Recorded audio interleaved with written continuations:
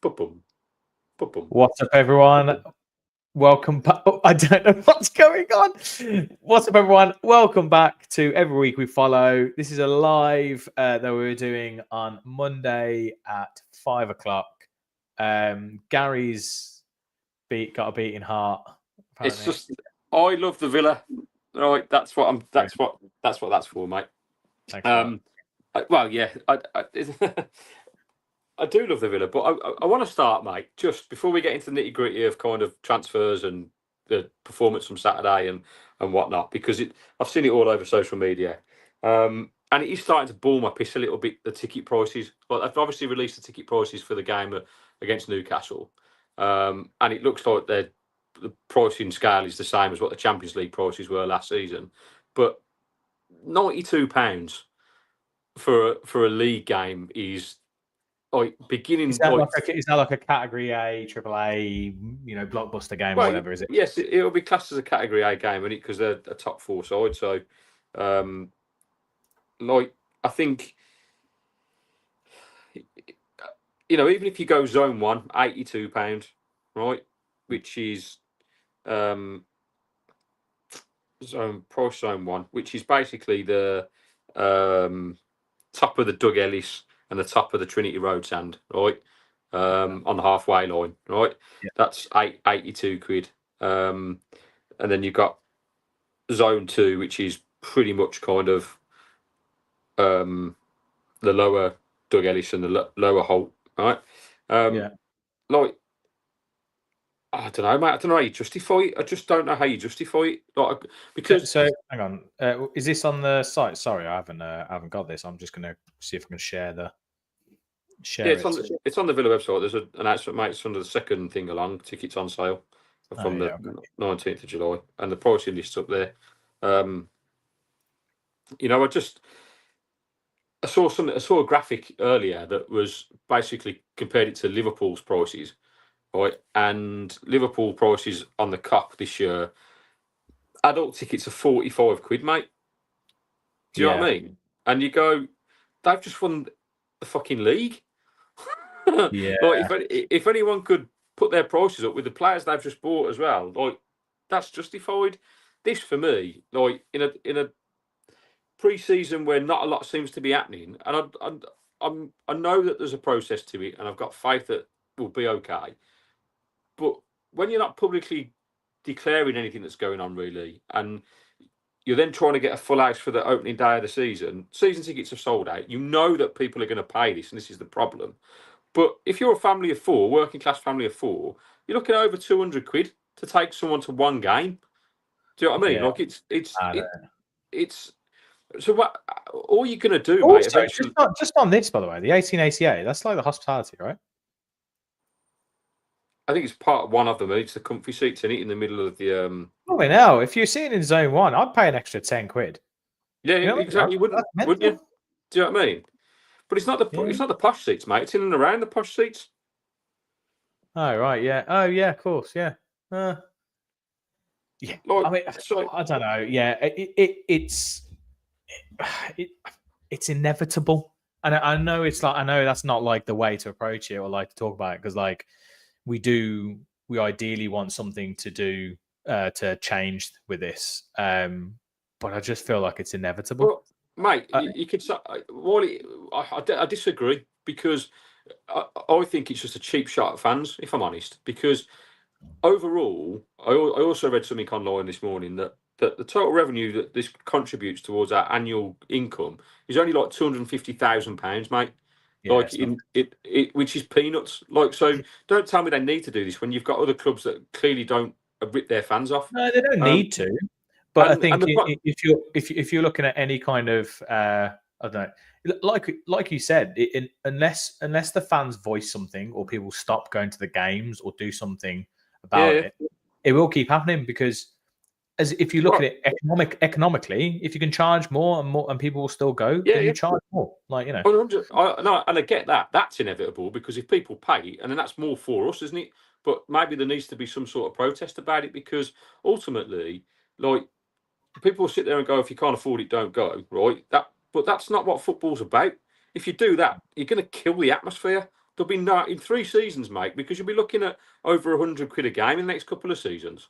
And people aren't going to be able to afford that. Right, no, so I agree as well. And this is the thing: it's like football's meant to be an outlet, right? And it's meant to be a thing that you can do. It's supposed to be a working man sport, mate. It was built on working men. But it's also like taking the stress away from the rest of your life, and everything else is going up in price. Everything else is getting more expensive, and now football's now becoming out of most people's. It'll become inaccessible. Even you know what? Even the Zone 4, 58 quid. Yeah. Like that's a lot to pay for a game of football. Well, particularly because you're probably not going to be going on your own, are you? Yeah, you're right. Yeah. People don't go on their own, do they? Yeah. So I'm not saying people do, and maybe people do go on their own. That's fine. But so you probably it's easy to justify if you're paying for one person. But most people are going with somebody or taking somebody, or you're going for a family thing. Like if you want to sit where we sit, like you're looking at what's that? That's Zone 2. So you're paying 77 quid. Obviously, I've got a season ticket. So, but it's like if I was paying for individual games, like my nephew hasn't got a season ticket, who's been a member for the last couple of years and buys them individually, like it just builds up, doesn't it? Like it's okay. So for him, it's not too bad because he's under 18. But like if he's only going to be under 18 for the next 3 years, it's also mad that if you're in Zone 1, it don't matter. Yeah, there's no concessions for Zone 1. No, what the hell? That's pretty insane. Yeah. That's mental. Under 14, £82 for a 14-year-old. What the fuck? What the hell? Yeah, that's bonkers, isn't it? It's mate, it really riled me today. I looked at this and I just thought, nah, man, like that's not what the Villa should be about. I understand we've got to raise more revenue, but there's better ways of doing it. Like it's also not like you said. It's 250 grand a year. It's like it's one player's wages for a week. Like, it's just not. And like I said, I understand because everything, like, it then becomes, I don't know, the cleaners, and like, not everything's just about the player's wage, right? Like, there's a lot of other things to running a club, so every little helps. But but mate, look charging the fans. This is mad. Like, really. I just go back to the German model, mate. It's a different kettle of fish. Like it's like 15 euros, €7 a game, like 160 quid for a season ticket. Look at the atmosphere you get in German stadiums. Do you know what I mean? Like it's unbelievable. Like so, like wouldn't you want that? Surely you want that. Like, and you're still making a little bit of money, but it just generally feels like pants down, bend over, right? Spend 800 odd quid on your season ticket, 100 quid on a shirt, like, or multiple shirts with training gear and all that. So fleecing. £2,000-3,000 out of people, like, is for me. It's just I think it's out of order. But I do agree. I think like we said, unless the fans decide to do something about it. By the way, hi everyone. We are acknowledging your comments. I can see them, like your chat coming through. Thank you for joining. But yeah, it's I don't know, mate. I don't know what to say. I don't really.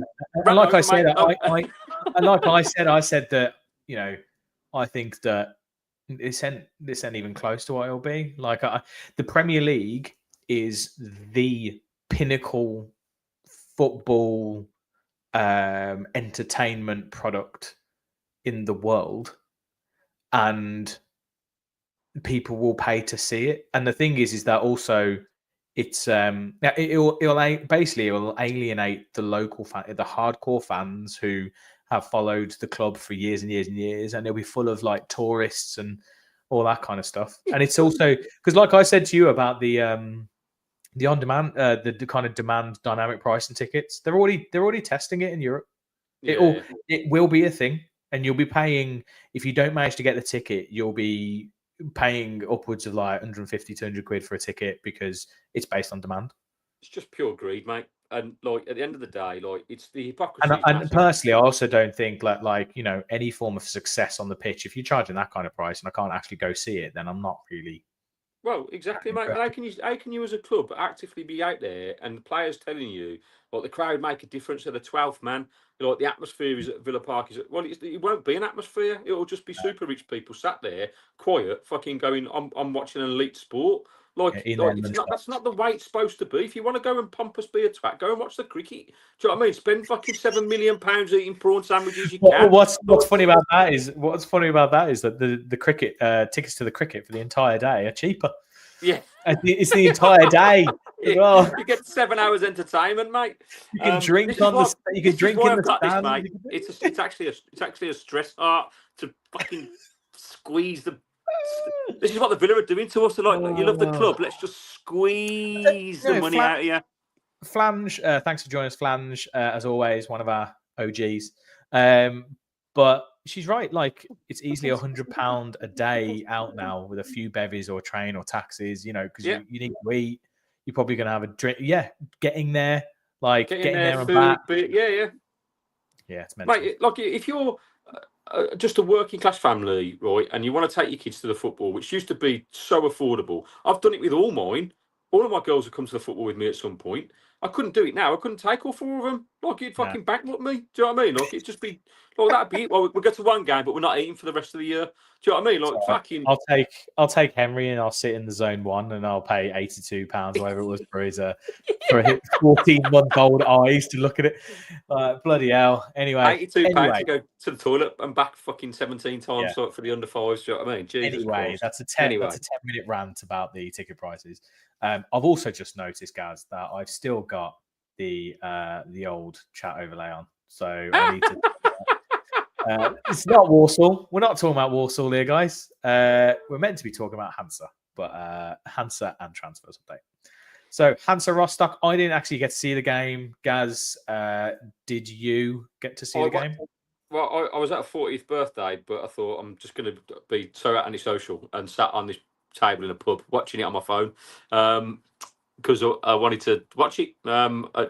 First half, again, I'll start by saying, obviously, it's just pre-season. I'm not worried about it. It's minutes in the tank. Forget about the results. But there are a couple of concerning things for me. I mean, first half, Emery obviously went with a stronger lineup than he did against Warsaw. There was Pau Torres, Mings, Moreno, Garcia, Ramsey, Barkley, Kamara. And then a couple of the youngsters, but I think Burrows again, who actually did all right, I thought, in the first half. Looked kind of on his toes, like good, decent movement. We had a couple of chances, like Mings hit the post from a corner. They looked up for it more than we did, if I'm honest, because it was their 60th anniversary. It would look like it was a sellout, so they were up for it. They came out the blocks, pressed us really well, but we first half dealt with that, scored the goal, looked pretty comfortable, and then second half, wow. Men against boys, mate. Like, with our youngsters, just couldn't compete with the physicality, in my opinion, and we didn't even look like we were in the game second half. If I'm honest, there was a couple of half opportunities, but the defending for all 3 of their goals was absolutely shocking. Like, just was it a full youngster 11? Yeah. Pretty much. I was watching on my phone in the pub, so I didn't see who came on for who at half time because I was chatting. But it was pretty much a full swap out. I will say the highlight was Marco Bizot did really well first half, made 2 very good saves. Marco Bizot, or Bizot, as you come from Birmingham. Bizot, hello, Marco Bizot. He looked all right, mate. First half, he was decent with his feet. Made 2 really good saves, like one-on-one. So that was positive. But like I say, second half, just men against boys. First goal is totally avoidable. Second goal is totally avoidable. I don't know who it was who was at right back, but just, it's rule 1 I want to defend. And if a guy's running at you, you get him to go down the wing away from goal, lets him come inside, and the guy finishes it brilliantly. It's a great finish, but really naive defending. And then the third goal from a set piece that we just don't defend. Like, the guys are freer at the far post. He just out muscles the youngster who's marking him. And then it's a good save from Marshall, but it's a simple header in. That is usually one of the big kind of key differences between when you're playing youth teams against senior squad. It's just that physical presence, that physical. My concerning thing is going into the. I'm not okay. It's a small concern. It's not major. I still think we'll be okay. But it looks like we're going to try and play 3-5-2. right? That's what he's doing. 3 centre halves, 2 wing backs, right? And it worked all right first half, but second half, I don't know if it was just the youth or they're just not used to playing that system, but we looked all over the place. Like it was kind of really disjointed and people were out of position and it wasn't solid. Like obviously it's a new formation. Maybe it's something we're just going to trial through pre-season and maybe we'll revert back to 4-4-2 or 4-3-2-1. Yeah, I think we did. I think we did that last season, didn't we? We played a fair bit of 3-5-2 in the pre-season, or I think, and then it came to the first game, and we were like, "Oh, back to the old school, same way." Yeah. I mean, Kevin Jeans is saying here he's fooling you, Gary. We won't play 3 at the back. No. It's good to have an alternative way of playing because we need an alternative way of playing. I think a lot of teams have started to figure us out at times. And so it's good to be able to have this alternative way to be able to change things up and stay a bit less predictable or change things during a game if we feel like things aren't quite going right. So, yeah, I can only imagine that he's potentially testing stuff and they're trying to work on these things. But, I think the title of this is going to be something around pre-season starts now. And that is basically what's coming up. We've got Eintracht Frankfurt. They're a proper Bundesliga side. We'll have our big players back as well. And it'll be in this American campaign. Well, it should do. Yeah. It should do. Well, I mean, they're back. He's just rested them. I think what Saturday highlighted for me, mate, is that currently out of because we haven't really covered them brilliantly, like with the youth, but I just didn't see anybody. Maybe Burrows looked a little bit on his toes and sharp in the first half, but I wouldn't say Premier League quality. I think they've got a long way to go. So I can't imagine anybody coming up from the under 23s into the first team on the 2 performances I've seen in pre-season. Obviously, there may be a couple maybe who might be on the bench and get some game time, but that it worries me in the fact that we're still very quiet at the transfer window. And again, I'm not panicking. I'm sure Monchi and co know exactly what they're doing, and I'm pretty confident that something will happen between now and the end of August. But it just, for me, surely as a coach, manager, you want your business done for pre-season. Like if we've done nothing by next week when we go away for that game against Frankfurt, and it's just the team that we've got, like if you're just going to drop somebody in 2 games into the season who's probably not had the greatest of pre-season because if they're thinking about leaving somewhere and maybe they're not involved in somewhere pre-season elsewhere, then you've got to give them 2-3 games to bed in, and you kind of, you could be 5 games in with nothing, and we have to start this season strongly because the way our season looks, we've got a relatively easier running than most at the start. Then we've got a really tough kind of Christmas period, and our end of the season is going to be tough. So this start to make first 5-10 games for me are going to be really crucial, and we're starting a bit disjointed. That's my only thing. I like it. Lots of rumours from various sort of channels, but nothing concrete. Like I think there was a rumour that we're doing what was his name from Leicester, Al Hanous, whatever his name is. He played as their number 10. But why are we buying relegated players like that? You don't. I'm not. We talked about this a little bit. We talked about this a little bit on the last one. I don't see large changes happening, and I also only see us bringing in a big player if 1 or 2 big players go. Yeah. And to be honest, I'm kind of okay with that. Like I've said like a couple of times that I actually think we built a squad for the Champions League and we're playing Europa League football next season. So I'm kind of like, unless we get some massive week, obviously there's the Asensio Rashford hole, right? Which I do think will be addressed. I do think we will get in probably one player. We might get someone else in on loan potentially.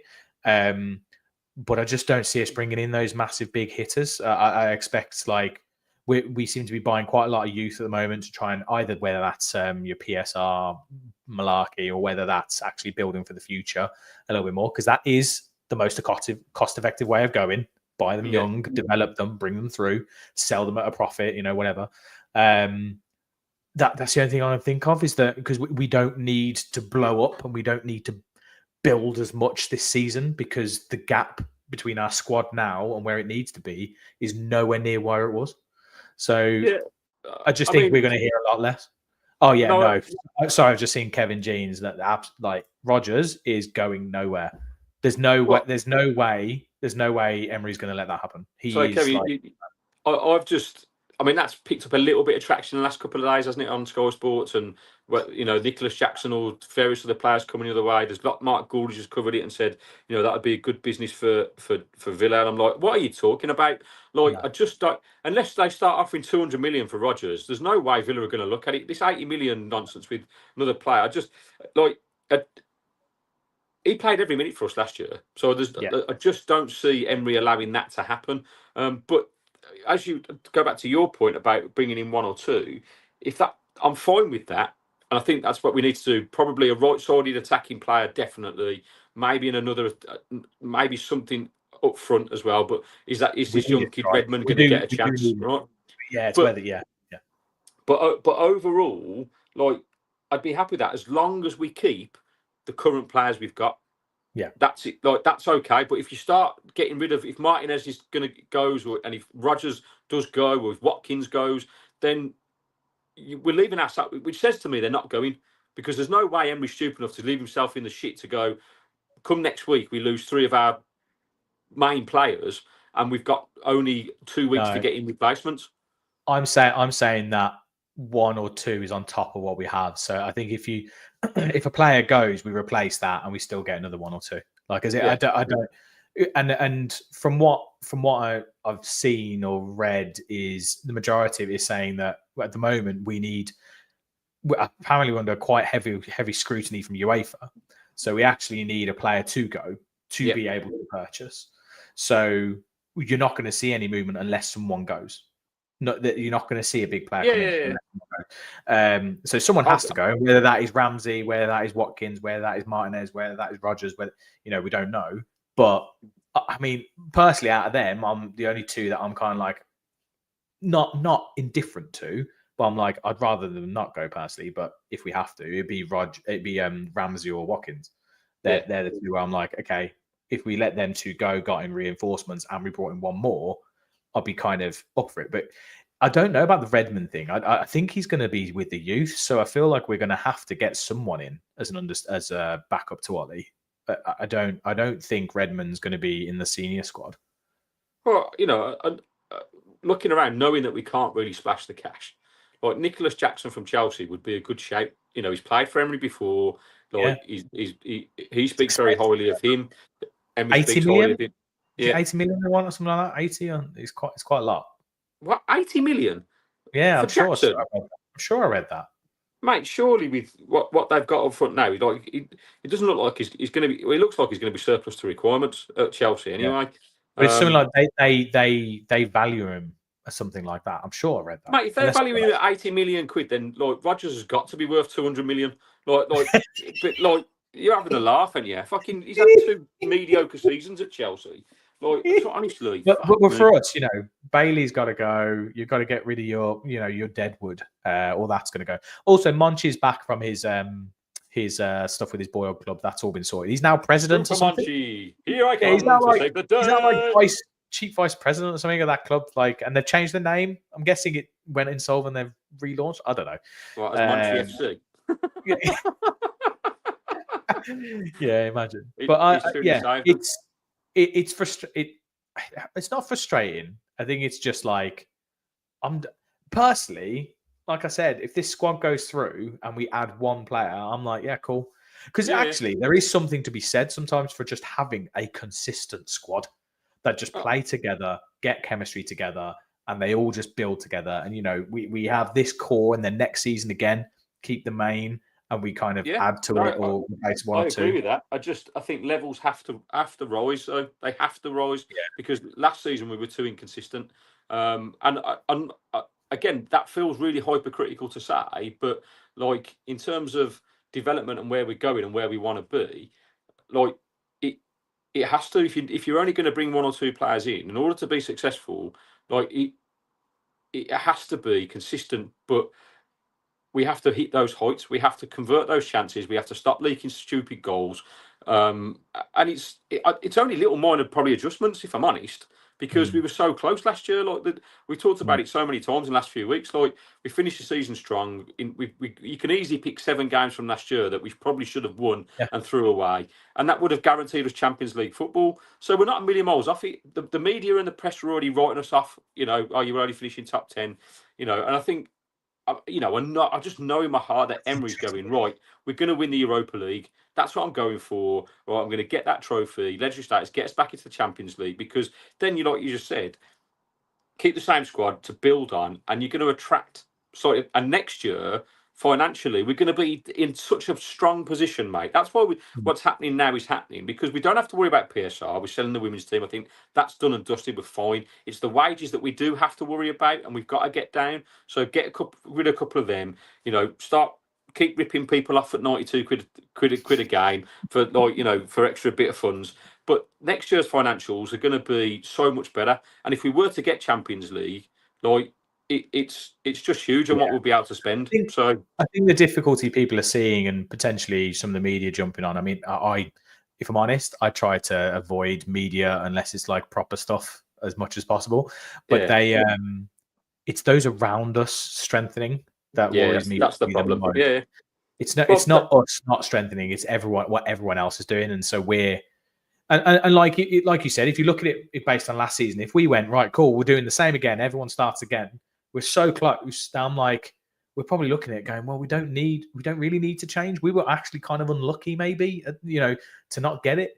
But I just think what Chelsea, Newcastle, Liverpool, oh my God, mate. What they're all doing. Man City, the top 4 will be the top 4, mate. Like, if Arsenal get, I'm intrigued to see how Spurs go. You know, Thomas Frank, not Ange this season. They're strengthening big time, and I'm kind of like, it does worry me. Yeah. I still don't see Spurs doing anything major, mate. I think top 10 for them at best. Just going to say, by the way, this is hilarious, right? Have you seen this about the authorities monitor Chelsea and Villa to make sure they don't sell players for more they're worth? Like, sorry. Who says what a player is worth what a team will pay for it? It's like saying no, you can't put your house up for double what it's worth, and someone mate, it's like saying £92 for a ticket is too expensive. That's what it's like saying, right? It's absolutely mental. Supply and demand. People pay what they pay. Yeah, people pay what they pay, and also a club who own a player they can value that player very differently to what any other team values that player. So for instance, for us, if we were saying Yuri Tielemans, I'd be like, fucking give us, like, you know, give us a blank check, because the guy is not going anywhere. And it's like, but other people might go, oh yeah, probably about £80 million player. I'm like, absolutely not. At least 120. Like, he's completely priceless to us. Emery, for instance, it's like, what value would you put on Emery? Jesus Christ! Imagine that conversation. Value all these players. What value would you put on Emery? Well, this is the crucial glue, isn't it, that holds it all together, really?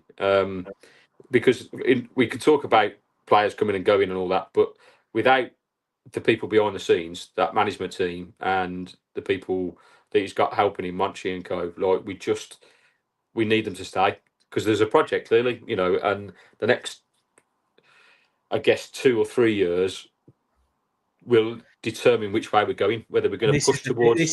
This is the thing, Ryan. I suppose this is, you know, we don't want to be negative. We don't want to be negative all the time, but like, if we got Europa League last season, just missed out on Champions League. This season we consolidate maybe, and teams around us strengthen. Maybe we get Europa League again. Next season, can we push on? Maybe we don't quite hit it. We get Europa League again. And it's like, at what point does Emery and co actually go, yeah, not on board, but can we get there? Can we get? Are we hampered? It seems to me like they're working round the clock to get rid of these financial restrictions that we've been honed in by. Do you know what I mean? Because that's the only thing that stops us. On building a team. They're literally just trying to find loopholes and trying to do juggling. It's just bollocks. It's bullshit, mate. And it is. You could say it's corruption at its finest with what Chelsea and Man City and other clubs have been allowed to get away with. Do you know what I mean? It's like it's not a fair play. And we've talked about this before, and so if we've got to find those loopholes, and people can criticise us, selling your women's team and all that kind of stuff. But if that's what it needs to be done, no one wants to do that sort of stuff. Just let us do what we've done. Like, it's now become this horrible business thing, and it's taken away from the football. I feel like I'm on some kind of like finance podcast half the time. No, just talking here about amortization, PSR, ratios of wages. Like, I'm just fed. Mate, we're even talking about ticket prices. We haven't even talked about a player. We haven't talked about football once. We've been sitting here chatting for 30 minutes, and we haven't even talked about football. I can't be arsed. Every week we follow James and Gaz economics. Anyway, onto some kind of football. Obviously, we've got Eintracht Frankfurt coming up. You're going to be doing a live watch along, right, for that game? Yes, mate. Please join it on TikTok, because the chances are I'm going out on Saturday for a few beers right beforehand. So I'm going to come back and do a very probably slightly merry kind of watch along. Hopefully it'll be a good one. But yeah, that's the plan. No, I wouldn't do that. You'll get fined through your ass by HMRC. Like, we ain't got no chance of being able to do that. What's that? What was the comment? He said Gaz and James coming to do my taxes next week. Mate, you'd be in jail. Tax evasion. Yeah. Watch the podcast have a glow up. On the tickets, another fan of the channel. I've seen your podcast as well, another Villa podcast. Priced him out of going to games, which is a massive shame. I'll take the kids to Reading games now to watch live football. True. Like, I'm up the road from Lincoln or Newark, so I'm just kind of do I take Henry to go see Newark Town or to Lincoln City or even Notts County down Nottingham? Like, it's just, it is frustrating. Mate, it's frustrating and it's annoying, because that's not what it should be about. And I worry about this. Like, that within 2 or 3 years, I could be outpriced from it. I'm not going to be able to afford it keep going up and up and up and up and up. Yeah. Like, it's just I've always said that I'll keep it as long as I possibly can. I wouldn't want to give my season ticket up, but I haven't got an endless pot of money at the end of the day. And if I think about Ava's ticket, she's 15 now. Once she goes to adult prices, that's 2 adult. Fucking hell. I'll have to chop off my leg to go disabled, mate. Sean, you're completely right. Look here, we were saying the 1888, which isn't hospitality, but it's like a premium ticket. It's only a tenner more than a Zone 1 adult. Yeah. And the hospitality stuff, I don't know if they've gone up, but they were, was it 150 quid or something for the gas and stuff, I think, or something? You can get package deals, mate. I have seen there's a company that I can't remember the name of them, but they do like deals. If you buy 2 or 3 tickets, they give you a discount, so you end up getting it for 115 quid. But even that, just for a couple of beers and some food, like what? Yeah. Where are your priorities, guys? Come on, doesn't matter. Sell your car, get a loan, Villa come first. Yeah, 100%. I agree. Does anybody want to buy a kidney? I'm all right for this year. I'm sorted. Don't need my house anymore. Don't need my house. I just need a season ticket for the next 10 years. I'm sure Sarah will understand if I just kind of sorry, sweetheart. Where's the car gone? We don't need it anyway. Yeah, it's amazing. Yeah, and this is melty shirts. Told my nephews and nieces I bring them to Villa Park from Dublin this season. Going to have to remortgage the house I don't have. Mum and Dad actually getting remortgaged. Like, mate, at this point, we're gonna have to do it to buy players as well, aren't we? It's all in that. What's the next? They're just gonna having a whip round at half time. Villa would just like to kind of take whatever money you can afford so we can buy a player, because we've spent all our money on God knows what. I told you, mate. The OnlyFans is the legitimate business plan that you need to adopt. Mate, who's gonna subscribe to my OnlyFans? Like, maybe the wife. Like, someone will. My bunions on my toes. Yeah, that's fucking. Oh God. Anyway, I mean, so we haven't heard very much about any incomings. There's loads of rumors about outgoings, but who knows? Like, at this stage, we don't know what's going on. You got people, all kinds of podcasts reporting about Fabrizio Romano said that Emi Martinez has a release clause in his contract. No, he didn't. I literally watched the video and I was like, they just said they're interested in speaking to representatives. I was like, this is nothing new. I promise you, right? it's going to mean our growth is very slow because we don't report on the bullshit. But I'm done with people like using AI to get videos of Fabrizio Romano saying stuff that he's not saying. Or like sitting there going, getting views for I've bought the new shirt. I don't care. Like, I care about the shirt, but I'm not going to put it on the pod. I'm not going to sit here and go, here you go, guys. Here's the shirt that you've already seen a million times in digital format, and you can't actually feel or see this, but it's beautiful. It's lovely. It's got some golden swirls on it. I do not give a flying. Maybe we should get one to give away because a couple of other channels are doing that, and that seems to be kind of getting people liking and subscribing. Yeah. Well, speaking of giveaways, there's 17 people here, right? 17 of you are here. I don't know who's already donated, but if you haven't, go to the link. Actually, I don't think I put the link in the description, mate. Shit. If you can scan this QR code or come back to the video after, I'll add it.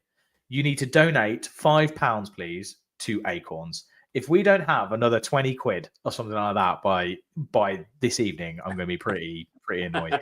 So basically, by doing that, not only are you helping a wonderful cause in Acorns, but you are also getting the chance to win this wonderful wonderful signed football from last season's squad.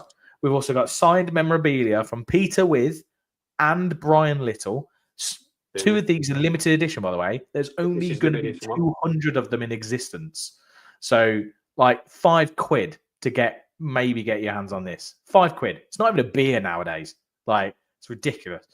And then we've also got some. Take out your season ticket for next season. Yeah, exactly. Yeah, get your loan because you're going to have to afford it anyway. Yeah, sell your car and enter this competition. So, Brian Little's children's books as well, which also will be signed before the competition is done. So £5 per entry. If you donate £10, there's 2 entries. £15, there's 3 entries, so on and so forth.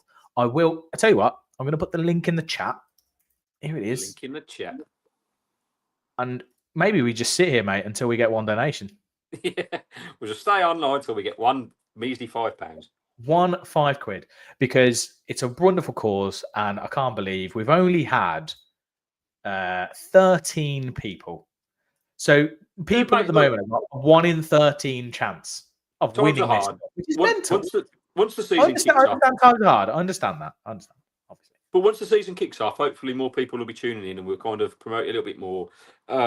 If people, we can even put a link to the show that we did and add Abby on, because for those of you that don't know, the reason why we're doing this is because I use Acorns for my daughter Abby, who's got muscular dystrophy, and it's her last year using Acorns, and we just want to try and give a little something back because they've helped us massively as a family. We're trying to raise £1,000. These prizes are awesome. They're authentic. Like, if you'd missed it a couple of weeks ago, we had Peter With on the show.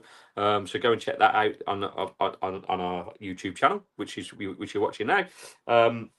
We're just trying to give something back. So please, if you can, 5 of your finest English pounds before the season really kicks off and you've got no money. Do you know what I mean? So before the Europa League games come out, you're paying for them as well. Yes, thank you, Flange. I know you've donated. Thank you very much for that. You are already on the spreadsheet. You are in the draw, Flange, which we will do live. The draw in November, end of November, and you'll have these in time for Christmas. So we're giving you plenty of time to get donations in. So just we'll keep spreading the link and keep spreading the word, and hopefully we can raise that £1,000. That'll be the dream come true. I'm gonna refresh it. No, still had nothing, mate. So I don't know. Anyway, brilliant. Anything else, Gaz? Have we missed anything? Yeah, there was. What was I going to say then? It's just gone out of my head. There was something else I was going to mention. Well, there's the Crystal Palace stuff. We still don't know whether we're going to do. There's meant to be like a Q&A session at Crystal Palace live with Peter With, I think, Tony Morley. Potentially, it's not been 100% confirmed because the game might still be moved, and we've got to wait for this ruling from Palace. And honestly, this pre-season's full of crap, the Palace stuff, the PSR stuff, all this Club World Cup rubbish. I'll tell you what, the people in the best position at the moment are Chelsea, aren't they? They've had six wonderful pre-season games. They've got 125 million or whatever they've got in profit. They've bought it, they're on freaking cloud 9 right now. Yeah, mate, and Liverpool as well. They've just splashed the cash, haven't they? Looks like they've got this in Tiki TK, whatever his name is, from Frankfurt. Well, yeah. So yeah, if he moves, we're not gonna see him the week when we play them either. Yeah. Which is lame. Well, my upset, George Ramsey just said, "Does UK have 2 clubs in the Conference League?" No, I think we only have one. Right? It's just, at the moment it's Forest, but Forest have been promoted. Yeah, it'll be Forest or Palace, won't it? Yeah, so just one in the Conference League. Yeah, so it's just the one team in the Conference League, and then 2 in the Europa League, and then obviously because the coefficient, we've got 5 in the Champions League. Or is it 6? It's 6. No, 5. 6. 6 because we've got Spurs as well because they yeah. That's mental. How mad's that, by the way? 6 teams in the Champions League. It's kind of making it not that amazing anymore. Like, obviously it is, but it's not as exclusive. We say that because we're not in it, but basically the powers that be are probably doing things in their underpants because it's the big 6, isn't it? It's Liverpool, it's Arsenal, it's Chelsea, it's Spurs, and now Newcastle. Do you know what I mean? And Man City. So the only one that's missing from there is Man United. But let's face it, we're all hoping they get relegated this year. But it looks like they're doing business as well. Even Man United are doing business. Well, Paddy Moreno saying here, Alex Moreno, thank you. You were great. You were great against Hanson, the left back. Is anyone heading over for the Nashville game? Tickets are cheap, but the drive from Miami is slightly cheaper than a Newcastle ticket. If I'm honest, I was going to say, if I'm honest, the flight to Nashville is probably cheaper than most tickets at Villa at the moment. So hilarious. Trip to America is even cheaper than coming to the Villa. Jesus Christ. Kevin Jeans also said United are comfortable with around 40 million for Garnacho. What are we waiting for? I think we're waiting to try and sell a player. Yeah. Basically, we can't buy if we haven't sold. So, and this is the problem, right? Is that also I think teams know this, and so we're just kind of we're just stuck. We're just stuck. I feel like the Bailey thing should have gone through by now. Yeah, maybe things should have happened. Obviously, Barrenechea has gone, but he went on loan. So it's what about Buendia? Mate, Buendia, like just sitting there. He's not going to be part of our squad. Like, does no one want him? Like, just offload him somewhere. Like there was a little rumor that he was going to Leeds, but nothing's come about that. I don't know. Like, these are players that we need to get off the books, and they'll all help towards that. And then maybe just one big sign. I still think Luca Dean could be the one that goes. 125 grand a week, 31 years old. You've got if we keep Moreno at left back, that means you've got 2 very similar players to play in that position with Matton as well. Like, it makes sense to me, and that's a big hefty chunk of money as well. Do you know what I mean? So I don't know, but it looks like Luca Dean's just back training. I've constantly seen it. Is it 10 million to I can't remember who was in. I was in for him. I think it's 10 million. There's been rumored, and apparently those talks are still ongoing. This is the problem. I think there's actually quite a lot of players who are in talks and stuff, and I think it's also a case of like, if one of them goes, the other ones might stop, or we're kind of having discussions to try and work out who the best option is, what the best offer is where we can get in different places. If we get that player in, can we replace them? All this kind of stuff. Like you said, Luca Dean. As much as like Luca Dean's been so consistent over the past, he's been great, wonderful. But like I said, he's 31. We can get some money for him, and we get the wage off. And if we've got a ready-made player in the squad, then we're not having to use those funds to replace him, which is just a brilliant situation to be in. Like that, I don't think there's anywhere else in the team where we can do that. Well, that one makes sense for me, but like it just. Like I say, it just seems to be snail pace with whatever we're doing. And it must be frustrating for Emery, because if you're thinking, like, you're getting everybody back now pretty much this week, like in training, like you're just about to go to America, like you just think, how much can he do while he's away in America? Do you know what I mean? And then when you come back, you've got those three games in a week, by the way. So we've got 3 games in a week before we play Newcastle, which is just weird. I think it's for 6. Is it 6 days after the last one before? Yeah. So I assume that gives them a chance to probably rotate and play different teams. But surely you're going to want any players. Forget about bringing in players, just players that aren't going to be part of the squad gone, because otherwise they're just taking up space and time for players that could be getting minutes. And that's the whole point of pre-season, that we get minutes in the tank. That's the classic saying I've heard for the last week since we played Warsaw. It's in the tank. But why are we just giving youth players minutes? They're not going to play. Like, get Watkins back involved. Like, Watkins, because of his European thing last year with England, came back sluggish and had a poor season, boys. Yeah, I mean, we still got plenty of games could go in this preseason, and we're now it's the proper preseason trip now with America and everything. So I think those senior players will come back into it. They're going to extend it. They played, so they've been out with the internationals and stuff. So we'll have to see. I'm going to call it there then, Gaz. Yes, mate. Final thoughts? Just that it's been good to have Villa games to talk about. You know, that's the main thing. They've been disappointing results, but again, not reading too much into it. I'm happy to be patient. It's just good to have the boys back playing. You know, it's given us something to talk about because it's been so dull for the last 2 weeks, 3 weeks, 4 weeks, 5 weeks, 6 weeks even. So yeah, I just want the season to kick off now. And let's get it going, because all this, I mean, I said it at the start, mate, this lull of not knowing between pre-season and start of season, where you've just got all the media bullshit and then all the social media bullshit where people are just trying to get clicks with actually no news, you know. And so my search on the internet every morning just comes up with nothing. I look at all these rumours and I go, okay, let's search a little bit deeper. Where's that coming from? No, it's not come from Fabrizio Romano. That's nonsense, right? It's not come from the Athletic. It's not come from the Daily Mail. It's not from the Guard. Like, it's just literally clickbait, and you go, oh, so it's not actually happening. You know what I mean? When you hear little snippets of things that might be happening. So at this point, I'm just like, okay, when it happens, it happens. And once we've got things that comes through the door, we can have a proper show and talking about what's going on and how we're going to line up for the start of the season. How's our team going to look next season, or that kind of thing? Because at the moment, nothing's happening. Yeah. Anyway, sing us out, Gaz. Right there. Boom, boom, boom, boom, boom, boom, boom, boom. Every week we follow the boys in Claret Blue. See ya. Peace and love.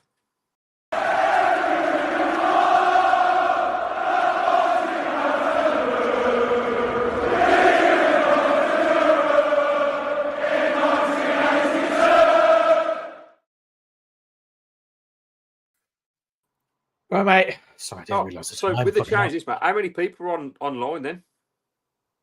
Oh, hang on, we're still on. We're still live. Hello, everyone. What? How are we still live?